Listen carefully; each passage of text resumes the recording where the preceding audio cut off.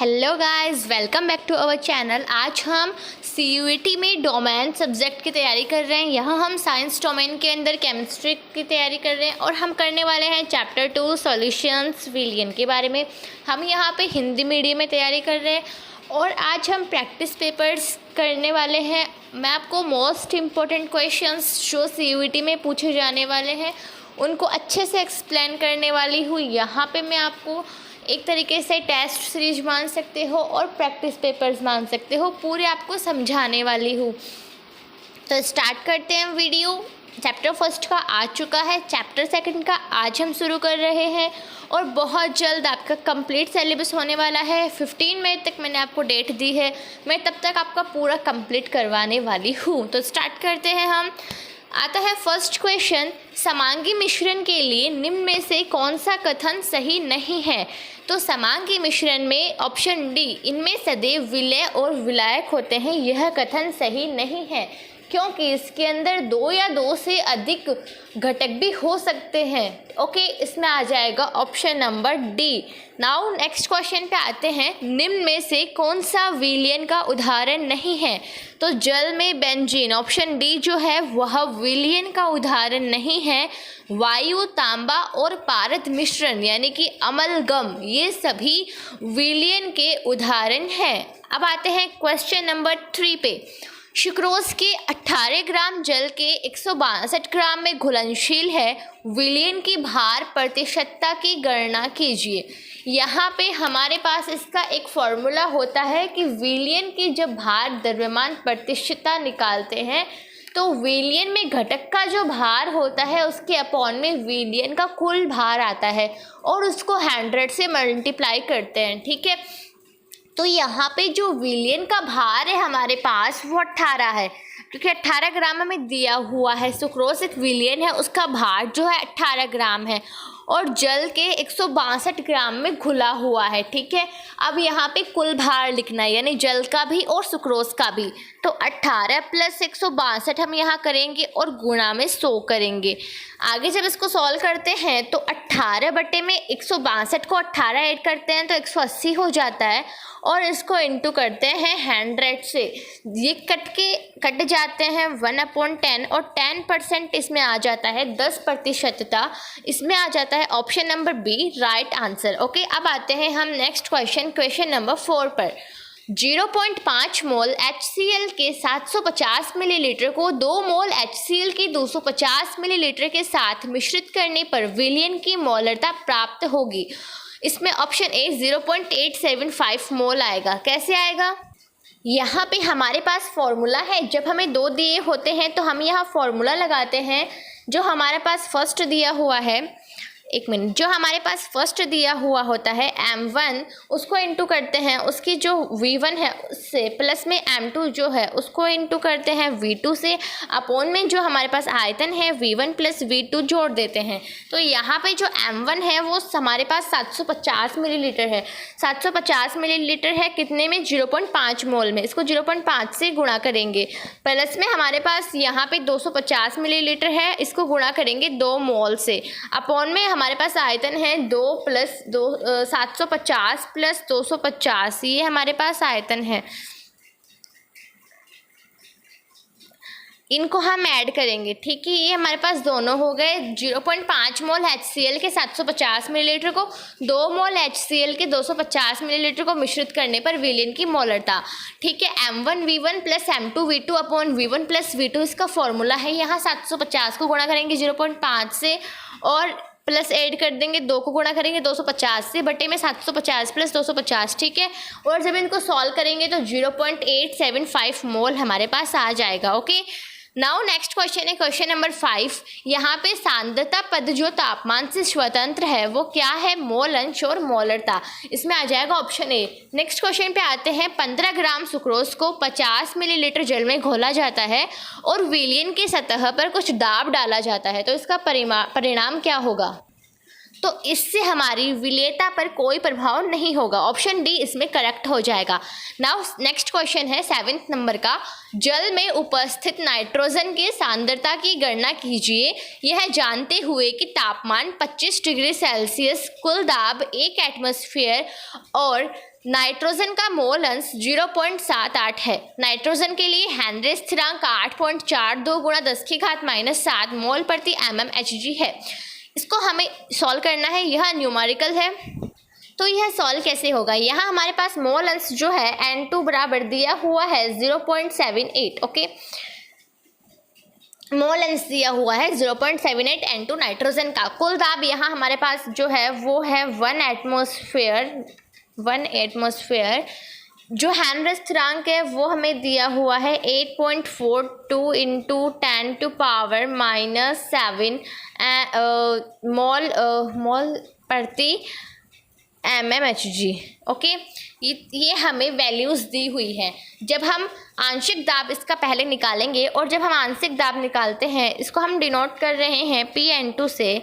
Nitrogen का जब आंशिक दाब हम निकाल रहे हैं तो यहाँ पे नाइट्रोजन का मोल प्रभाज और गुणा कर देंगे कुल दाब से। जो नाइट्रोजन का मोल अंश है उसको हम गुणा करेंगे कुल दाब से।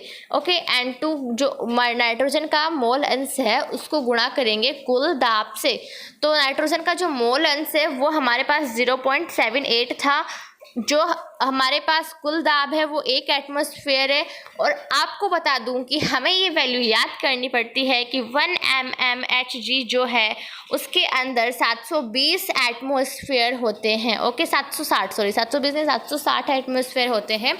तो यहाँ पे हम इसको गुणा कर देंगे, एक जो एटमॉस्फेयर उसकी जगह हम करेंगे 0.78 इंटू 760। इनको जब गुणा करेंगे तो हमारे पास आ जाएगा 592.8 mmHg में हमारे पास वैल्यू आ गई है 592.2। ओके, हमें यहाँ पे क्या निकालना है, हमें इस क्वेश्चन में निकालना है सांद्रता, नाइट्रोजन की सांद्रता, यानी इसकी हम निकालेंगे विलेयता जो है वो कैसे निकालेंगे विलेयता। इसकी विलेयता को निकालने के लिए हम यहाँ पे थोड़ा सा मैं रफ कर लेती हूँ। हम यहाँ पे क्या करेंगे, हम यहाँ जो हेनरी स्थिरांक KH हमें दिया हुआ है उससे इस वैल्यू को गुणा कर देंगे तो हमारे पास नाइट्रोजन की विलेयता आ जाएगी। हेनरी स्थिरांक जो है उससे गुणा कर देंगे हम यहाँ पे आंशिक दाब को। तो कैसे करेंगे, यहाँ हमें वैल्यू दी है 8.42 इंटू 10⁻⁻7। इसको हम गुणा कर देंगे 592.8 सॉरी ये वैल्यू आई थी हमारे पास। इसको गुणा कर देंगे, इसको जब गुणा करेंगे तो हमारे पास आ जाएगा 4.99 इंटू 10⁻⁴ मोल। तो इसके अंदर आ जाएगा हमारे पास ऑप्शन नंबर C राइट। आपको क्वेश्चन समझ में आ गया होगा। एक बार मैं आपको बता देती हूँ कैसे हमने इसको सॉल्व किया। हमने यहाँ पे जल में उपस्थित नाइट्रोजन की सांद्रता की गणना करनी है। हमें तापमान दिया हुआ है 25 डिग्री सेल्सियस, कुल दाब हमें दिया हुआ है 1 एटमॉस्फेयर, नाइट्रोजन का मोल अंश हमें दिया है 0.78 और यहाँ पे हेनरी स्थिरांक 8.42 गुणा 10⁻⁻7 है। सबसे पहले हमें मोल अंश, कुल दाब, जो भी सब कुछ दिया हुआ है उनको नोट करना है। उसके बाद आंशिक दाब इसका निकालेंगे। आंशिक दाब निकालने के लिए हम नाइट्रोजन का जो मोल अंश है उसको हम कुल दाब से गुणा करेंगे। नाइट्रोजन का जो मोल अंश है वो हमारे पास है 0.78, कुल दाब 1 है तो हम इसको गुणा करेंगे तो 0.78 एटमॉस्फेयर आएगा। जब इसको हम mmHg में चेंज करेंगे तो 760 से गुणा कर देंगे। 760 से गुणा करने पर 592.8 mmHg आ जाएगा। और जब इसकी विलेयता निकालेंगे तो हम इसको हेनरी स्थिरांक से गुणा करेंगे। 8.42 गुणा 10⁻⁻7 को गुणा करने पर 4.99 गुणा 10⁻⁻4 आ जाएगा। यह हमारा राइट आंसर है, ऑप्शन नंबर C। अब आते हैं नेक्स्ट क्वेश्चन पे। नेक्स्ट क्वेश्चन बोल रहा है निम्न में से कौन सा कथन सत्य नहीं है। तो उच्च दाब के कारण रक्त में वायुमंडलीय गैसों की विलेयता घटती है, ये कथन हमारे पास सत्य नहीं है। ऑप्शन डी इसमें आ जाएगा कि उच्च दाब के कारण रक्त में वायुमंडलीय गैसों की विलेयता घटती है। नेक्स्ट क्वेश्चन पे आते हैं। गोताखोरों द्वारा उपयोग में लाए जाने वाले पात्र यानी टैंक में गैसों का संगठन क्या होता है। तो यहाँ पर 11.7% हीलियम 56.2%, नाइट्रोजन और 32.1% ऑक्सीजन होता है। ऑप्शन नंबर 20 में राइट हो जाएगा। नेक्स्ट क्वेश्चन पे चलते हैं। एक आदर्श द्विघटकी विलयन के शुद्ध द्रव घटक ए और बी के लिए वाष्प दाब क्रमशः Pa और Pb है। यदि घटक ए का मोल अंश XA है तो इसका कुल दाब क्या होगा? तो इसके अंदर Pb plus XA cost bracket में आ जाएगा Pa minus Pb। Option D इसमें राइट हो जाएगा। नेक्स्ट क्वेश्चन पे आते हैं। विलयन का एक घटक राउल्ट के नियम का पालन 0 x1 1 प्रास में करता है। दूसरा घटक राउल्ट के नियम का पालन निम्न प्रास में करता है। तो x2 क्या होगा यहाँ पे? तो 0 जो x2 1 आ जाएगा। ऑप्शन डी इसमें राइट हो जाएगा। 11 नंबर के क्वेश्चन में ऑप्शन नंबर डी हमारा राइट हो जाएगा। कैसे? क्योंकि जो प्रत्येक प्रास है वो राउल्ट के नियम की पालना करती है। किसमें? आदर्श विलयन में करती है। ओके, तो यहाँ पर भी दूसरे घटक जो है वहाँ पर भी हमारे पास राउल्ट के नियम का पालन प्रास में ही होना चाहिए। ठीक है, नेक्स्ट क्वेश्चन पे आते हैं। 40 डिग्री सेल्सियस पर शुद्ध द्रवों बेंजीन और टोलुइन का वाष्प दाब क्रमशः 160 mmHg तथा 60 mmHg है। समान ताप पर दोनों द्रवों के सममोलर विलयन का वाष्प दाब आदर्श विलयन मानते हुए होना चाहिए। तो इसके अंदर हमें दिया हुआ है सम मोलर विलयन का वाष्प दाब। सम मोलर में हाफ हाफ होता है, टोटल 1 होता है। यहाँ पे हम क्या करेंगे, जब इसका आदर्श विलयन के लिए निकालेंगे तो P01 x1 plus P02 x2 हमारे पास आ जाएगा। यहाँ पे हम सिंपली वैल्यू पुट करेंगे 160 प्लस में हाफ आ जाएगा। 160 P1 की वैल्यू है और इस एक मिनट, यहाँ पे क्या करेंगे हम, यहाँ पे जो 160 है वो हमारे पास P01 की वैल्यू है। P01 x1 plus P02 x2 simply हमें इसमें वैल्यू पुट करनी है। तो 160 जो है इसको हम इंटू करेंगे 1/2 से, फिर हम इसमें ऐड करेंगे 60 को इंटू करेंगे 1/2 से और हमारे पास आ जाएगा 110 mmHg हमारा आंसर हो जाएगा। ऑप्शन नंबर 20 में करेक्ट हो जाएगा। नेक्स्ट क्वेश्चन पे आते हैं। 300 के ताप पर शुद्ध द्रवों ए और बी का वाष्प दाब क्रमशः 150 mmHg और 100 mmHg है। इसी ताप पर ए और बी के सममोलर द्रव मिश्रण में बी का वाष्प मिश्रण में मोल अंश क्या होगा? यहाँ पर भी हमें सममोलर दिया हुआ है 0.5 प्लस 0.5 इक्वल्स टू 1। हमें यहाँ करना है XA और XB का वैल्यू 0.5 और 0.5 है। मैं यहाँ पे नोट कर लेती हूँ। X1 जो है उसका वैल्यू 0.5 है, X2 जो है उसका वैल्यू भी हमारे पास 0.5 है। जब हम P निकालेंगे टोटल, तो P कैसे निकालेंगे? यहाँ पे सिंपली 150 और 100 हमें दिए हुए हैं mmHg में वैल्यूज़। यहाँ पे 150 को इंटू करेंगे 0.5 से और प्लस में ऐड करेंगे फिर से 100 को इंटू करेंगे 0.5 से और हमारे पास जो आ जाएगा टोटल 125। ओके, यहाँ पे हमें B का वाष्प मिश्रण में मोल अंश निकालना है। तो इसमें फॉर्मूला क्या लगाएंगे? XBPB। ओके, अगर हमें A में निकालना तो हम XAP लिखते और B में निकालना है तो XAP0B लिखेंगे। अपॉन में आ जाएगा P, टोटल आ जाएगा, मतलब XB जो हमारे पास वैल्यू है वो 0.5 और P0B की वैल्यू जो हमारे पास है वो 100 है। अपॉन में P जो है वो टोटल हमारे पास 125 आया है। इसको सॉल्व करेंगे तो 0.4 हमारे पास आ जाएगा। तो इसके अंदर आ जाएगा option number D correct answer. Okay, चलते हैं नेक्स्ट क्वेश्चन पे। 14th नंबर क्वेश्चन है। निम्न चित्र के लिए सही कथन की विवेचना कीजिए। तो हमें यहाँ पता है कि जो विलायक होता है उसका वाष्प दाब विलयन के वाष्प दाब से अधिक होता है। क्यों? क्योंकि विलय के कण सतह का कुछ भाग ग्रहण कर लेते हैं, इससे वाष्पीकरण के लिए सतह कम उपलब्ध होती है। ओके, तो इसमें ऑप्शन ए राइट हो जाएगा। बीकर ए के विलयन का वाष्प दाब बीकर बी के विलयन से अधिक होता है क्योंकि शुद्ध विलायक का वाष्प दाब विलयन के वाष्प दाब से अधिक होता है। ओके, नेक्स्ट क्वेश्चन पे चलते हैं। आदर्श विलयन के लिए निम्नलिखित में से कौन सा विकल्प सही नहीं है? तो डेल्टा H इक्वल्स टू 0 और delta V not equals to 0 ये कथन सही नहीं है। ऑप्शन डी इसमें राइट हो जाएगा। नेक्स्ट क्वेश्चन पे चलते हैं। ब्रोमोएथेन और क्लोरोएथेन का विलयन क्या करता है?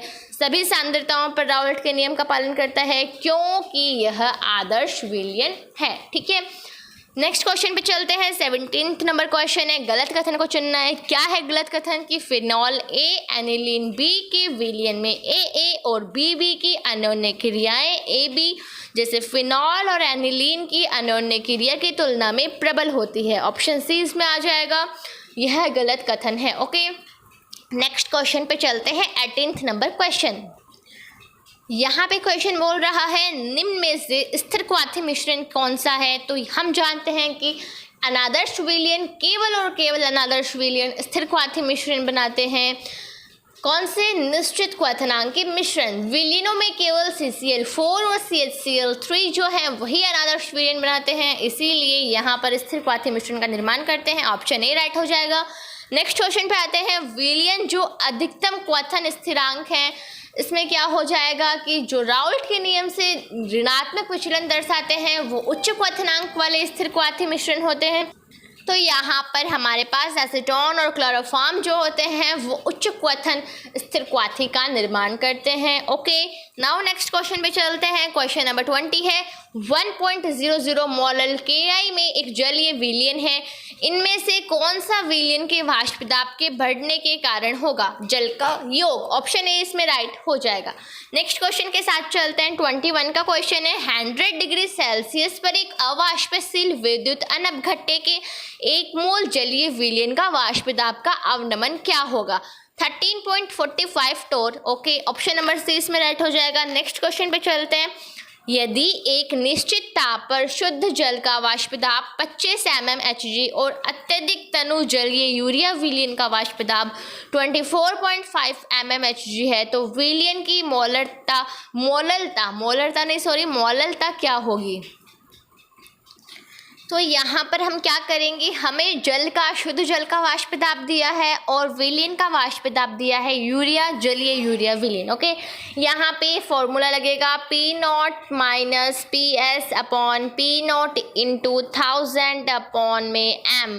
ओके, तो मोललता निकालेंगे। यहाँ पे P0 जो है वो 25 दिया है और जो PS है वो 24.5 दिया है, अपॉन में P0 जो है वो 25 है, इनटू में हमारे पास 1000 है और अपॉन में मोल जो हमारे पास मोल अंश है, मोल अणु जो हमारे पास अणुभार है वो शुद्ध जल का होता है 18। ओके, तो हम यहाँ पे इसको जब सॉल्व करेंगे तो आ जाएगा 1.11 मोल।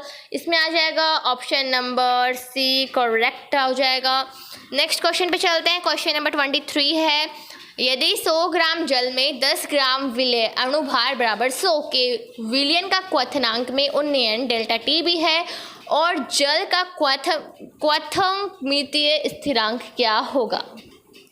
क्वथनांक में उन्नयन का फॉर्मूला क्या होता है? Delta T B equals to 1000 into K B into W upon W into M. यहाँ स्मॉल डब्ल्यू है, नीचे कैपिटल डब्ल्यू है, यहाँ सिंपली वैल्यू पुट करनी है 1000 इंटू के बी इंटू में यहाँ पे स्मॉल डब्ल्यू का वैल्यू 10 ग्राम विलय है, अपॉन में हमारे पास जो कैपिटल वैल्यू है वो 100 ग्राम है और साथ में जो मोल अंश है वो भी अणुभार जो है वो 100 है। ठीक है, सब कुछ हमारे पास है। सब कट जाने के बाद 1000 एंड 1000 कट जाएंगे, यहाँ से 10 कट गए, तो टी बी जो है वो बराबर होगा के बी के। ओके, तो यहाँ के बी जो है वो क्वथनांक मितीय स्थिरांक है, delta T B option C इसमें राइट हो जाएगा। नेक्स्ट क्वेश्चन में चलते हैं। 24 का क्वेश्चन है हिमांक में अवनमन के दौरान अणुओं के बीच एक साम्य स्थापित होता है क्या? कि द्रव विलायक और ठोस विलायक। ऑप्शन ए इसमें राइट हो जाएगा। 25 का क्वेश्चन देखते हैं। 4 सममोलर जलीय विलयन के क्वथनांकों का क्रम है C less than B less than A less than D। तो क्या है कि क्वथनांक जो है जो बढ़ता है लेकिन हिमांक जो है वो घटता है। ठीक है, क्वथनांक का क्रम हमारे पास C less than B less than A less than D दिया हुआ है, तो हिमांक का क्रम क्या होगा? D less than A less than B और लेस देन C। जब ऐसा हमारे पास इसके अंदर कौन से इसको वैल्यू पुट करने पर ऑप्शन सी आ जाएगा कि D B A C। इसको जब पुट करेंगे तो ये इस तरह से हो जाएगा। ठीक है, नेक्स्ट क्वेश्चन पे चलते हैं। 26 का क्वेश्चन है, दिए गए ताप पर एक पदार्थ के सांद्रित विलयन का पराशरण दाब क्या है? तनु विलयन से अधिक होता है। ऑप्शन ए इसमें राइट हो जाएगा। नेक्स्ट क्वेश्चन चलते हैं। 27 का क्वेश्चन है, विलयन ए बी सी और डी क्रमशः 0.1 मोल ग्लूकोज, 0.05 मोल NaCl, 0.05 मोल BaCl2 और 0.1 मोल AlCl3 है। निम्न में से कौन सा युग्म संपरासरी है? संपरासरी क्या होते हैं? तो विलयन में समान सांद्रता के विलय के कण जो है वो संपरासरी विलयन कहलाते हैं, और यहाँ पर ए और बी जो है वो संपरासरी है। ओके, नेक्स्ट क्वेश्चन पे चलते हैं। 28 का क्वेश्चन है, एक यौगिक जिसका एक विलायक में वियोजन और दूसरे विलायक में संगुणन हो तो इसके लिए 1/2 गुणांक क्या होता है? तो 1/2 गुणांक 1 से अधिक और 1 से कम होता है। ऑप्शन डी इसमें राइट हो जाएगा। जब i ग्रेटर देन 1 है तो वियोजन की स्थिति, और जब i लेस देन 1 है तो संगुणन की स्थिति। नेक्स्ट क्वेश्चन 29 का है, निम्न में से किसका हिमांक निम्नतम है? तो 1% CaCl2 का हिमांक जो है वो निम्नतम है। 30 नंबर का क्वेश्चन है, लास्ट क्वेश्चन है, जल के लिए हिमांक अवनमन स्थिरांक -1.86 डिग्री सेल्सियस मोलर की पावर -1 है। यदि 5.00 ग्राम Na2SO4 45 ग्राम H2O में घुलित है तो हिमांक -3.82 डिग्री सेल्सियस से परिवर्तित होता है। Na2SO4 के लिए 1/2 गुणांक की गणना कीजिए। यहाँ पर हमारे पास हिमांक का अवनमन TF जो है इसके लिए 1/2 का फॉर्मूला I × KF × M है। सिंपली जब I करते हैं तो I = delta TF × WA upon में KF × NA × 1000 हो जाएगा। ठीक है, ये हमारे पास फॉर्मूला है, इसमें सिंपली वैल्यूज़ पुट करनी है और 2.63 हमारे पास आंसर आ जाएगा। इसमें ऑप्शन नंबर सी राइट हो जाएगा। मैंने यहाँ पे आपको 30 क्वेश्चन कराए हैं। सारे क्वेश्चन बहुत ही इंपॉर्टेंट हैं, CUET एग्जाम में आने वाले क्वेश्चन है। आपको इससे बहुत से आइडियाज़ लग जाएंगे क्वेश्चन किस टाइप से आने वाले हैं। अगर वीडियो अच्छी लगी तो वीडियो को लाइक कीजिए, चैनल को सब्सक्राइब कीजिए और बेल आइकन पर प्रेस जरूर कर दीजिएगा। ओके गाइस, मिलते हैं अगले वीडियो में, तब तक